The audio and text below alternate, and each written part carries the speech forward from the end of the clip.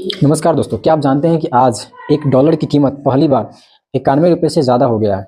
भारतीय रुपये के इतिहास में यह सबसे बड़ी गिरावट है और यह लगातार चौथे दिन नीचे फिसला है। भले ही दिन के अंत में यह थोड़ा संभल कर 90 रुपये पर सेटल हुआ है, लेकिन इस ऐतिहासिक गिरावट ने बाजार में हड़कंप मचा दिया है। और यह सिर्फ एक संख्या नहीं है, यह सीधे आपकी जेब पर हमला करने वाली है। गिरावट के दो सबसे बड़े कारण बताए जा रहे हैं और इस कारण क्या है वो आपको बताएंगे। और इतना कमजोर ये क्यों हो रहा है रुपया। एशिया में रुपया जो है इस साल सबसे खराब प्रदर्शन करने वाली मुद्रा बन गया है, जिसने अपनी कीमत में 6% से अधिक गवा दिया है। और इसके दो मुख्य कारण बताए जा रहे हैं। पहला कारण है विदेशी निवेशकों का पलायन। इसमें विदेशी निवेशक जो है वो भारतीय बाजार से बड़ी मात्रा में पैसा निकाल रहे हैं और इस साल उन्होंने 18 अरब डॉलर से ज़्यादा की निकासी की है और यह भारत के लिए सबसे बड़ी पूंजी निकासी है। जब ये निवेशक भारतीय स्टॉक बेचते हैं तो वे रुपये को बेचकर डॉलर में खरीदते हैं। इससे बाजार में डॉलर की मांग बढ़ जाती है और रुपया नीचे गिर जाता है।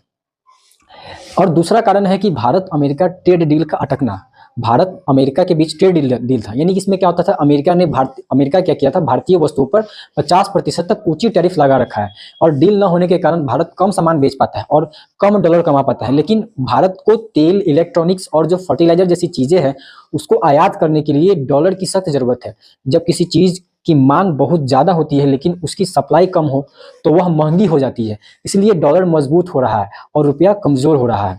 आरबीआई की कार्रवाई इस पर क्या कर सकती है, तो सवाल यह है कि क्या भारतीय reserve bank of India RBI हमारा केंद्रीय बैंक रहा है और इस गिरावट को क्या वो रोक पाएगा। बाजार को उम्मीद है कि आरबीआई जल्द ही बड़ा हस्तक्षेप करेगा और आरबीआई रुपये को कैसे बचाता है इसके बारे में हम जाने, वो क्या कदम उठाता है।